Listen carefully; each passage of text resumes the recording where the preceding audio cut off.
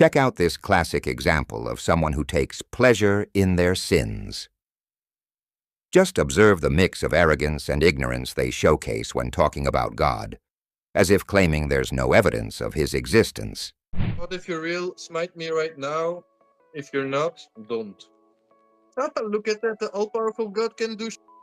What a surprise! Why? Because he doesn't exist. You are glad that God doesn't strike you down right now. He could strike any of us down if he wants to, but guess what? He's so patient. I beg you, if you exist, smite me down. I beg it with all my heart. If he smote you down, where would you spend forever? It wouldn't be heaven, it would be hell, and I don't want that for you. But God will be next to me in hell because he's a massive...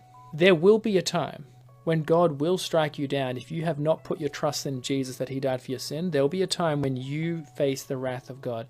But God has brought me along your path today, maybe to get you to wake up a little bit and put your trust in Jesus. His rules don't apply to me as long as he doesn't exist. That doesn't logically follow. Like if I say I don't believe in the laws of the government in the country that I live in, it doesn't mean those laws don't apply to me. They still do, and so I'll still be held accountable for what I do wrong.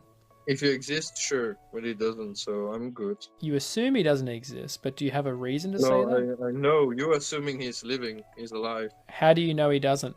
Because there's no proof. That's not evidence he doesn't. I don't have any proof in front of me right now that you own a car, but that is not therefore evidence that you don't own a car. So in the same way, just because you may not find evidence of God is not evidence that God is not there, because absence of evidence is not evidence of absence.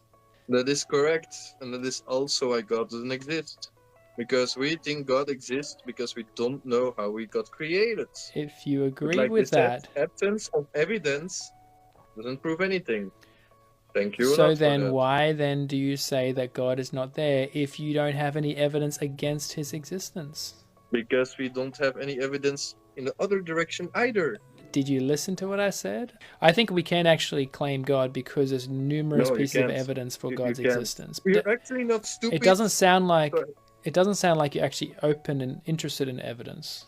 But because there is none. I actually don't think you want to be convinced, which is why you're so angry and argumentative against this. You're not like, oh, that's a nice idea. Let me look into the evidence. Let me look into this. So I should be like a sheep and say, yes, of course you're real. No, I have my mind, like you said. Have you read many books that are set out to prove the existence of God? No, why would I? There you go. You're not looking for evidence. You just don't want there to be a God. If you really sincerely were looking for evidence for God, you would have read some of these books that are written to prove God's existence. You haven't bothered. You don't want to believe there's one. You love your sin. That's what's holding you back.